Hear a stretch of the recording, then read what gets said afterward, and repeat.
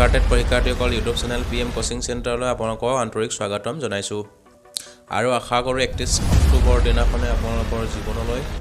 এক নতুন আশাৰ ৰেঙনি কঢ়িয়াই আনে সেইকাৰণে আজি আপোনালোকৰ বাবে CDPৰ 20টা মষ্ট কমন প্ৰশ্নৰ উত্তৰ আলোচনা কৰিম আপোনালোকে গুৰুত্ব সহকাৰে চাব আৰু ভাল পালে লাইক শ্বেয়াৰ এণ্ড ছাবস্ক্ৰাইব দিবলৈ নাপাহৰিব বলক পৰীক্ষাৰ্থীসকল প্ৰশ্নসমূহলৈ যাম আৰু আলোচনা কৰোঁ কুৱেশ্যন 1 প্ৰবৃত্তিমূলক প্ৰৱণতা সৰ্বাধিক হাৰত বৃদ্ধি হয় A শৈশৱ কালত B বাল্যকালত C কৈশোৰ কালত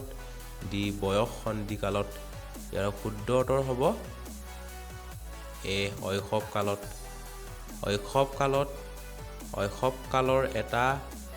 বৈশিষ্ট্য হৈছে প্ৰবৃত্তিমূলক প্ৰৱণতা মানেনো কি আমি জানি লওঁ প্ৰবৃত্তিমূলক প্ৰৱণতা ইহুৱে ন্যায় অন্যায় উচিত অনুচিত আদিৰ দৰে জটিল মানসিক ক্ৰিয়াৰ দ্বাৰা প্ৰভাৱিত নোহোৱাক বুজায় ন্যায় অন্যায় উচিত অনুচিত সেইবোৰ মানসিক ক্ৰিয়া প্ৰভাৱিত কৰিব নোৱাৰে সেইটোকে কয় প্ৰবৃত্তিমূলক প্ৰৱণতা শৈশৱ কালতে এইটো হয় সেইকাৰণে প্ৰবৃত্তিমূলক প্ৰৱণতা সৰ্বাধিক হাৰত বৃদ্ধি হয় ইয়াৰ শুদ্ধ উত্তৰ হ'ব A শৈশৱ কালত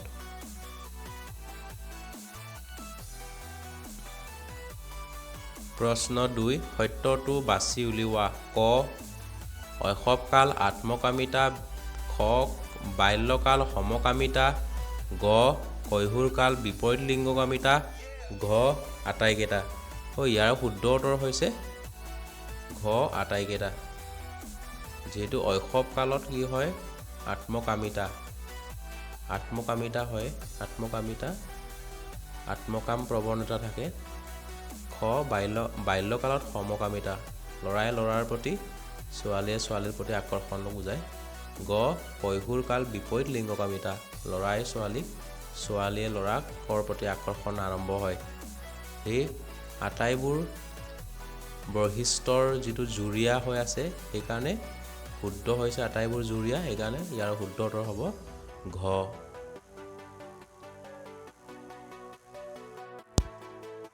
কুৱেশ্যন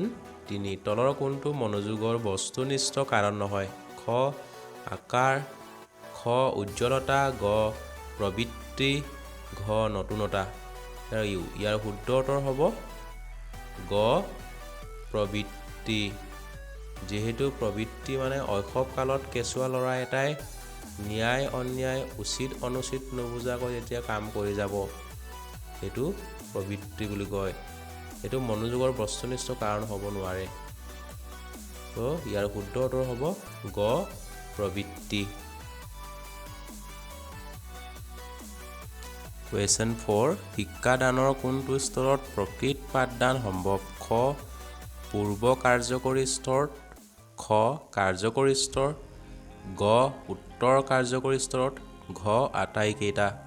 ইয়াৰ শুদ্ধ উত্তৰ হ'ব খ কাৰ্যকৰী স্তৰত যিহেতু আমি শিক্ষাদানৰ স্তৰ কেইটা পাইছিলোঁ 3টা পাইছিলোঁ পূৰ্ব কাৰ্যকৰী স্তৰ খ কাৰ্যকৰী স্তৰ ঘ উত্তৰ কাৰ্যকৰী স্তৰ পূৰ্ব কাৰ্যকৰী স্তৰত কি কৰা হয় লক্ষ্য নিৰ্ধাৰণ কৰে শিক্ষকজনে লক্ষ্য নিৰ্ধাৰণ কৰি অধ্যয়নৰ বিষয়বস্তু স্থিৰীকৰণ কৰিব উপস্থাপনৰ বাবে বিষয়সূচী ক্ৰম অনুসৰি প্ৰস্তুত কৰিব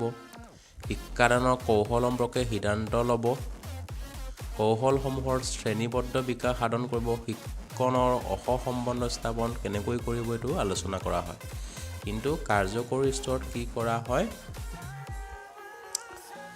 কাৰ্যকৰী স্তৰত মানে শ্ৰেণীৰ আকাৰ সম্পৰ্কে স্পষ্ট ধাৰণা মনোযোগ আকৰ্ষণ কৰে পূৰ্ব জ্ঞান পৰীক্ষা কৰোৱায় পাঠ উপাদান উপস্থাপন কৰে মানে পূৰ্ব কাৰ্যকৰী স্তৰত যিবিলাক কৰিছিলে বা পৰিকল্পনা কৰিছিলে এইটো ইয়াত একেবাৰে শিক্ষাৰ্থীক দি দিয়া হয় সেইকাৰণে শিক্ষাদানৰ কোনটো স্তৰত প্ৰকৃত পাঠদানৰ সম্ভৱ হয় এই কাৰ্যকৰী স্তৰতে হয় পূৰ্ব কাৰ্যকৰী স্তৰত শিক্ষকবিলাকে কেনেকৈ বুজাব কেনেকৈ উপস্থাপন কৰিব কিদৰে বুজাব সেইটো মানে আলোচনা কৰি তাত পৰিকল্পনা যুগুতোৱা এটা স্তৰ হয় কিন্তু শিক্ষাদানৰ যিটো মূল্যবোধ বা প্ৰদৰ্শনমূলক ক'ত হয়গৈ কাৰ্যকৰী স্তৰত হয়গৈ সেইকাৰণে ইয়াৰ শুদ্ধ উত্তৰ হ'ব খ কাৰ্যকৰী স্তৰত প্ৰশ্ন 5 শিক্ষণৰ অৰ্থ আচৰণ সংশোধন কোনে কৈছিল ইয়াৰ শুদ্ধ উত্তৰ হ'ব খ উডৱৰ্ড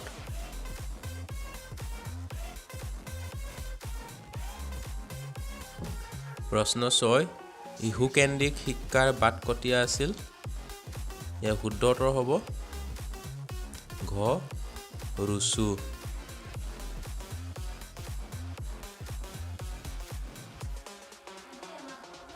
কুৱেশ্যন 7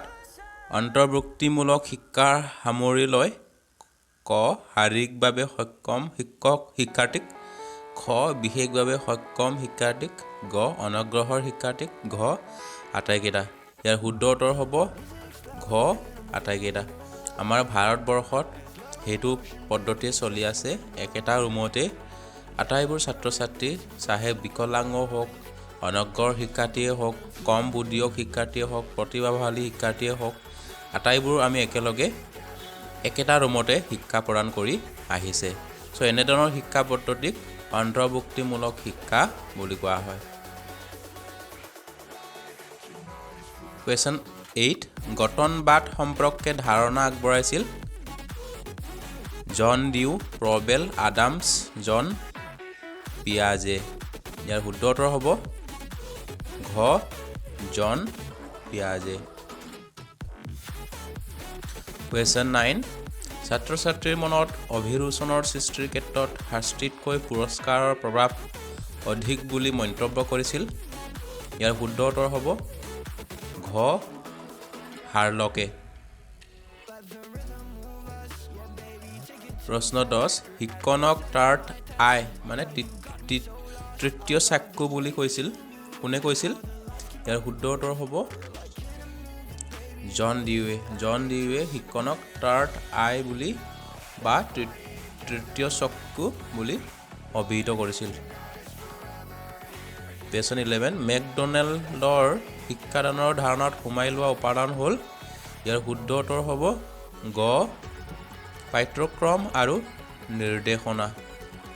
এইটোৱে আছিলে ইয়াৰ উপাদান কুৱেশ্যন 12 মনোযোগ মনৰ এক খ নিয়ন্ত্ৰণ কাৰ্য খ নিৰ্বাচন কাৰ্য গ অনুসন্ধানকাৰী কাৰ্য ঘ আটাইকেইটা শুদ্ধ ইয়াৰ শুদ্ধ উত্তৰ হ'ব ঘ আটাইকেইটা শুদ্ধ কুৱেশ্যন 13 শিক্ষণৰ বাবে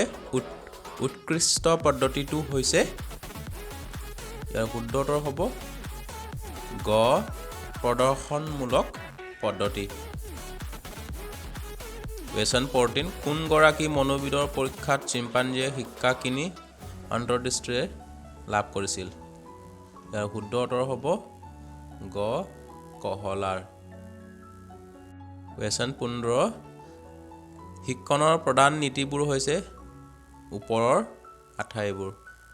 ফলাফলৰ নীতি প্ৰস্তুতিৰ নীতি অনুশীলনৰ নীতি এই আটাইবোৰ শিক্ষণৰ প্ৰধান নীতি বুলি কোৱা হয় কুৱেশ্যন 16 সংযোগবাদ শিক্ষণ তত্ত্বৰ উদ্ভাৱক কোন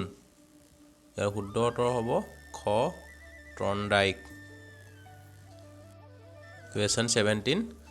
প্ৰজ্ঞাত্মক দিশৰ কাৰ্যাৱলী হ'ল খ জ্ঞান খ বোধ গ বিশ্লেষণ ঘ ওপৰ আটাইবোৰ ইয়াৰ শুদ্ধ উত্তৰ হ'ব ওপৰ আটাইবোৰ ঘ ওপৰ আটাইবোৰ প্ৰজ্ঞাত্মক দিশ বুলি ক'লেতো আমাৰ জ্ঞান বোধ আৰু বিশ্লেষণ সেইকেইটাই পৰে কুৱেশ্যন 18 পাঠ পৰিকল্পনাৰ মূল্যায়ন আঁচনিৰ উন্নয়ন কোনে কৰিছিল ইয়াৰ শুদ্ধ উত্তৰ হ'ব ঘ বি.এছ. ব্লুমে কুৱেশ্যন 19 4 বছৰীয়া শিশু এটাক ব্যাকৰণ শিকোৱা নহয় বাক্যটোৰ লগত শিক্ষণৰ কোনটো নীতি জড়িত হৈ আছে ইয়াৰ শুদ্ধ উত্তৰ হ'ব খ প্ৰস্তুতিৰ নীতি কুৱেশ্যন 20 প্ৰচেষ্টা আৰু ভুল শিক্ষণ পদ্ধতিৰ লগত জড়িত তত্ত্বটো হ'ল ইয়াৰ শুদ্ধ উত্তৰ হ'ব খ সংযোগবাদ